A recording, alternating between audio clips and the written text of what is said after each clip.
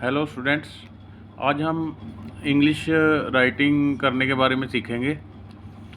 जैसे मैं शुरू करूँगा अभी, तो ये पहला वीडियो होगा और अगर आप इसको अच्छी तरह से समझ लेंगे तो फिर आप अच्छी तरह लिख सकते हैं। ये बिल्कुल उस लेवल से करवा रहा हूँ जैसे कोई बच्चे को कुछ भी ना आता हो इंग्लिश का। मैं ट्राई करूँगा, इसको 1-2 बार देखना। अगर ये बात समझ आ गई, अगली 4 या 5 वीडियो में आप पूरा सीख जाओगे। जस्ट वर्ड मीनिंग की प्रॉब्लम रहेगी, वो याद करने होते हैं। और इंग्लिश सीखना कोई मुश्किल बात नहीं है, उसमें 2 या 3 चीज़ें मैं बताऊंगा, आप उसमें पूरा सीख जाएंगे अगर अच्छी तरह से करेंगे तो पहले है, जब भी हम कोई इंग्लिश लिखते हैं, कोई भी अगर हम सेंटेंस लिखेंगे, उसमें 3 तरह की चीज़ें होती हैं मोस्टली। एक होता है सब्जेक्ट। सब्जेक्ट हिंदी में उसको कहते हैं कर्ता, पंजाबी में भी कर्ता ही बोलते हैं। कर्ता मीन्स जो काम करे, जो क्रिया करे। क्रिया मतलब होता है, वही बताता हूँ आपको। सेकंड, क्रिया क्या होता है? क्रिया या वर्ब बोल देते हैं इसको।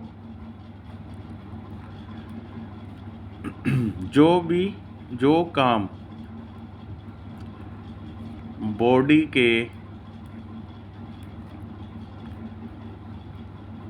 किसी भी पार्ट से किया जाए, जैसे कि आँखों से देखना, कानों से सुनना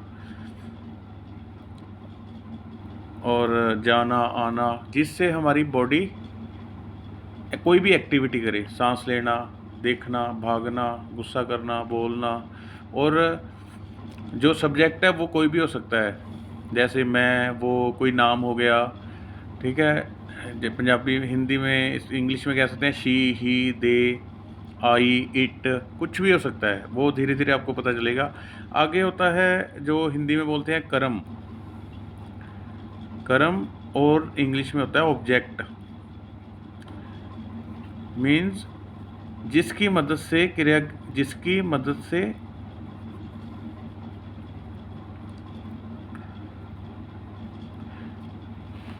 या जिसके ऊपर क्रिया होती है।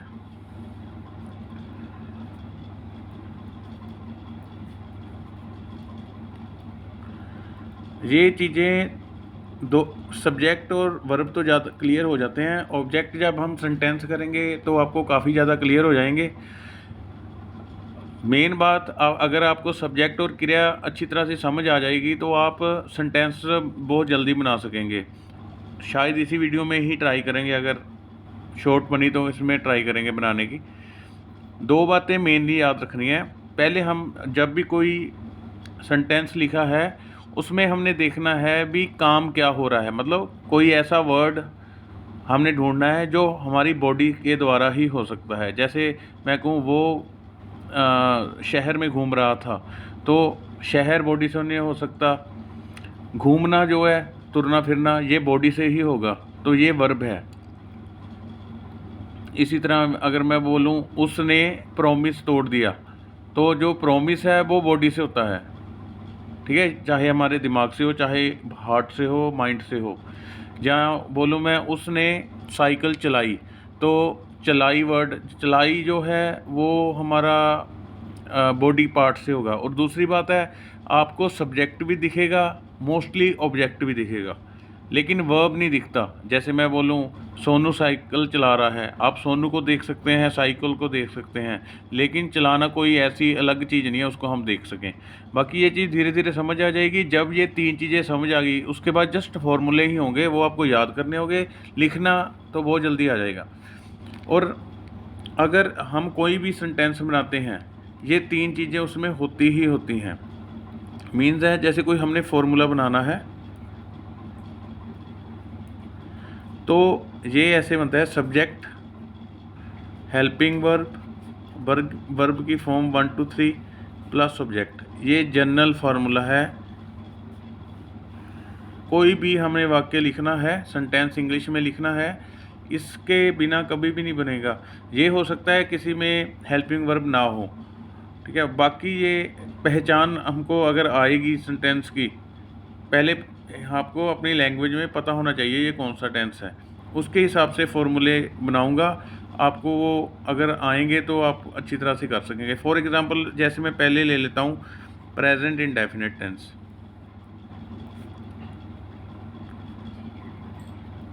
या कंटिन्यूस ले रहा हूँ पहले, कॉन्टिन्यूस, क्योंकि ये आसानी से समझ आ जाता है।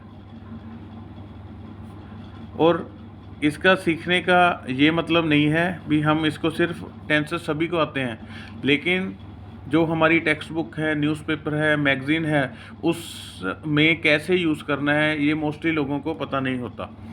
तो इसकी पहचान क्या है, पहले पहचान आनी चाहिए।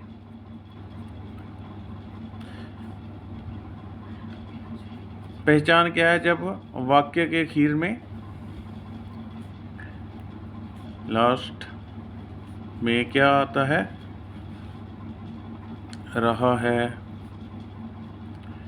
रही है वगैरह। तो हम इसका जो फॉर्मूला है एक्टिव का मतलब ये है, एक्टिव पैसिव वो नहीं है जो आप स्कूल में करते हो, ये अलग हैं। इसमें आप इंग्लिश लिखनी सीखोगे। जैसे पहले इसका जो फॉर्मूला है, मैं हर एक चीज़ का फॉर्मूला बना के दूंगा। पहले यह सब्जेक्ट आएगा, फिर यहाँ इज़, इनमें 3 चीज़ों में से एक चीज़ आएगी, इज़, एम, आर, वर्ब की फर्स्ट फॉर्म, ING, ऑब्जेक्ट। अब ये फॉर्मूला बन गया आपका। तो इसको हम, जैसे मैं लिखूँगा, मैं कल स्कूल जा रहा हूँ। अब सिंपल सेंटेंस हो, कोई भी सेंटेंस हो, चाहे बड़ा सेंटेंस हो, पहले हमने ये देखना है कि वर्ब कौन सा है, पहले वर्ब ही ढूंढना होगा। अब जैसे हम बॉडी से क्या कर सकते हो, मैं तो मैं हूँ, इससे कुछ करने वाली बात नहीं है। कल का लिंक बॉडी से नहीं है, स्कूल का लिंक बॉडी से नहीं है, लेकिन जाना तो बॉडी से ही होगा, तो ये होगा या वर्ब।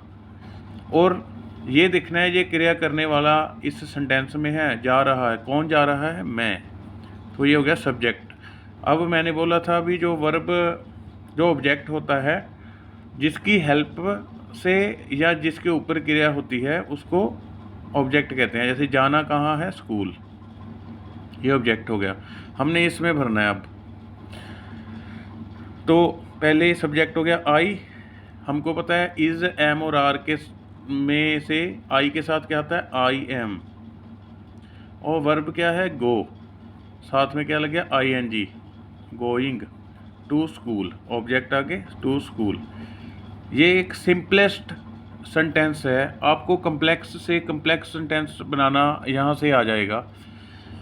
तो ये सिर्फ वीडियो इसीलिए है कि आपको थोड़ा ये पता चल जाए हमने पढ़ना कैसे है।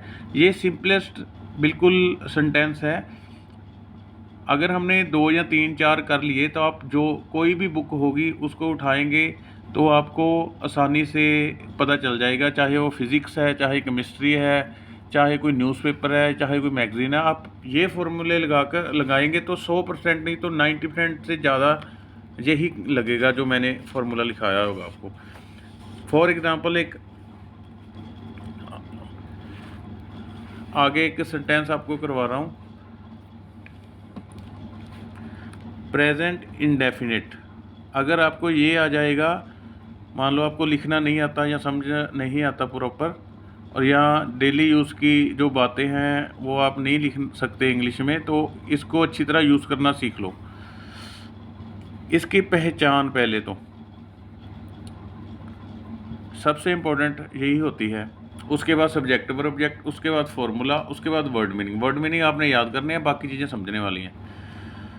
तो पहचान क्या है, जो हिंदी वाले मीडियम वाले बच्चे हैं तो उनको क्या है, कोई भी वाक्य बनाओगे हिंदी में तो उसके लास्ट में आएगा ता है, ती है, ता हूँ आदि। जैसे मैं हर रोज़ शाम को खेलता हूँ, मैं 2 दिन बाद स्कूल जाता हूँ। इस तरह के वाक्य। तो इस तरह के जो वाक्य होंगे तो हमारा जो फॉर्मूला होगा तो कैसा होगा, पहले आएगा सब्जेक्ट, फिर आएगा वर्ब की फर्स्ट फॉर्म, फिर आएगा ऑब्जेक्ट। ये है एक्टिव का formula. Active active active means subject है। और पैसिव कैसे होते हैं, जिसमें सब्जेक्ट हो। Active means which sentence contain subject means जो क्रिया करने वाला है उस वाक्य में हो। अब इसके दूसरा जो होता है पैसिव, वो कैसा होता है, उस वाक्य में जो भी सेंटेंस होता है आप जिसकी इंग्लिश बनाएंगे उसमें हम देखेंगे क्रिया, पहले क्रिया ही पता करनी है। अगर तो उसमें क्रिया करने वाला है फिर तो वो होगा एक्टिव, अगर क्रिया करने वाला नहीं है तो पैसिव। फॉर एग्जांपल अगर मैं कहूँ हमारे शहर में नया स्कूल बनाया जाता है। देखो ता है आ गया बीच में, और इसमें हमने पता है वर्ब क्या है, ये बनाया। और लेकिन इस वाक्य में ये कहीं नहीं बताया भी किसने बनाया है। तो इसमें जो फॉर्मूला होगा पैसिव का, और जितनी भी इंग्लिश है लगभग इसी चीज़ से चलती है, एक्टिव और पैसिव 90%। इसका पैसिव का जो फॉर्मूला होगा, पैसिव का फॉर्मूला होगा ऑब्जेक्ट पहले आएगा, फिर इज़ या एम या आर वर्ब की थर्ड फॉर्म, फिर जो भी बच खुच गया वो बाद में लास्ट में आएगा। अगर हम इस पे अप्लाई करें तो पहले ऑब्जेक्ट है, देखो बनाया, बनाया किसको है, नया स्कूल, ऑब्जेक्ट। अब इसमें फिल करो, इसकी जगह ऑब्जेक्ट में नया स्कूल, द न्यू स्कूल। उसके बाद ये पूरा ऑब्जेक्ट है। उसके बाद इज़ एम आ गया, क्योंकि स्कूल एक की बात हो रही है तो एम तो आई के साथ आता है, इज़ या आर में से आएगा तो एक स्कूल है तो इज़ आएगा। आगे बनाना, हमने वर्ब पहले ही नोट किया हुआ है।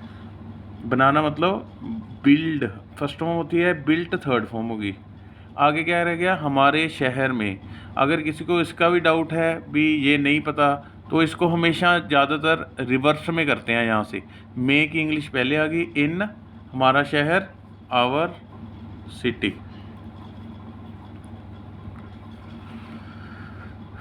ये इस टेंस के अगर आप एक्टिव पैसिव जो मेरा मेथड है उससे सीख लोगे तो आप पूरी साइंस, फिज़िक्स, केमिस्ट्री, बायो और जो डेली यूज़ होने वाले आपकी बातें हैं वो आप अच्छी तरह से कर सकते हैं। नेक्स्ट अगर मैं बताऊं तो सपोज़ कर लो, मैंने ये डिसाइड आपने करना होता है ये एक्टिव है कि पैसिव है।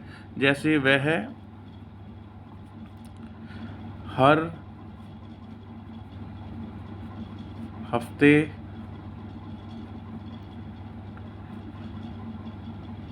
शहर जाता है, या वह हर हफ्ते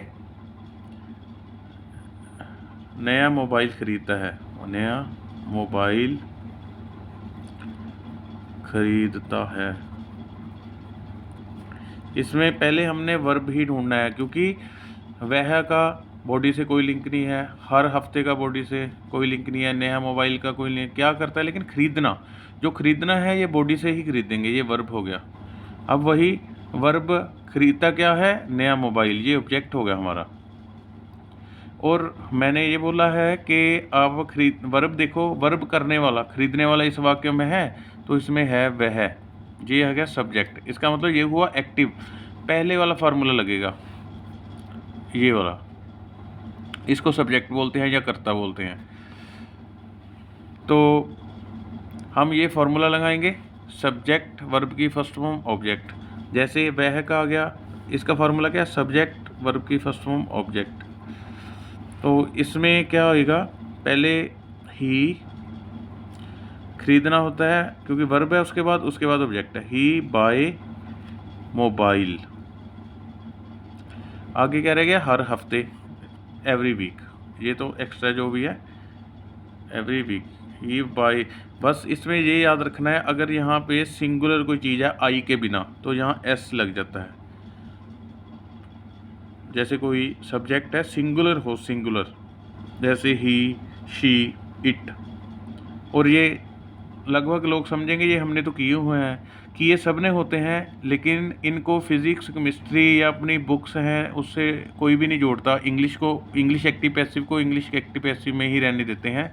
अलग अलग सब्जेक्ट से जोड़ के अगर आप करोगे तो आप कोई भी कितनी भी बड़ी इंग्लिश लिख सकते हो।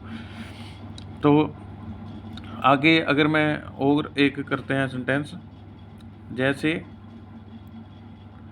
पेरेंट्स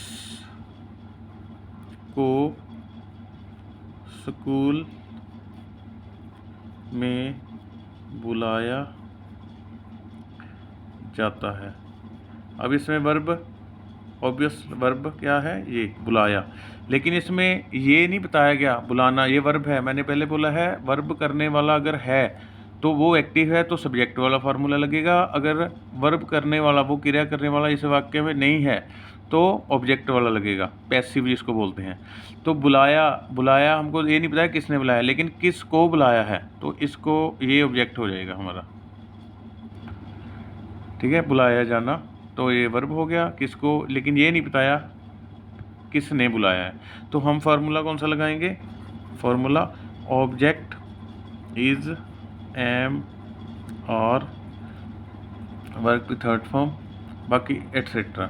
अब हम इसको देखो, बुलाया जाता है तो किसको बुलाया जाता है, द पेरेंट्स। हमने नोट कर रखा है पहले ऑब्जेक्ट क्या है, पहले पेरेंट्स हैं, ऑब्जेक्ट जो है पेरेंट्स है, तो उसके बाद इज एम आर, क्योंकि एक से ज़्यादा है तो आर आ जाएगा। वर्ब क्या है, बुलाना, थर्ड फॉर्म, कॉल वैसे बुलाना होता है, थर्ड फॉर्म की कॉल्ड। बाकी जो बच गया, को स्कूल में, इन द स्कूल। जितने भी टेंसेस होंगे उन सब में एक्टिव और पैसिव ही है, जितने भी हम सेंटेंस लिखते हैं बड़े छोटे, लेकिन उनके फॉर्मूले अलग अलग होते हैं। अगर आप इसको अच्छी तरह से सीख जाओगे सभी सेंटेंस आपको 2 वीडियोस में ही आ जाएंगे।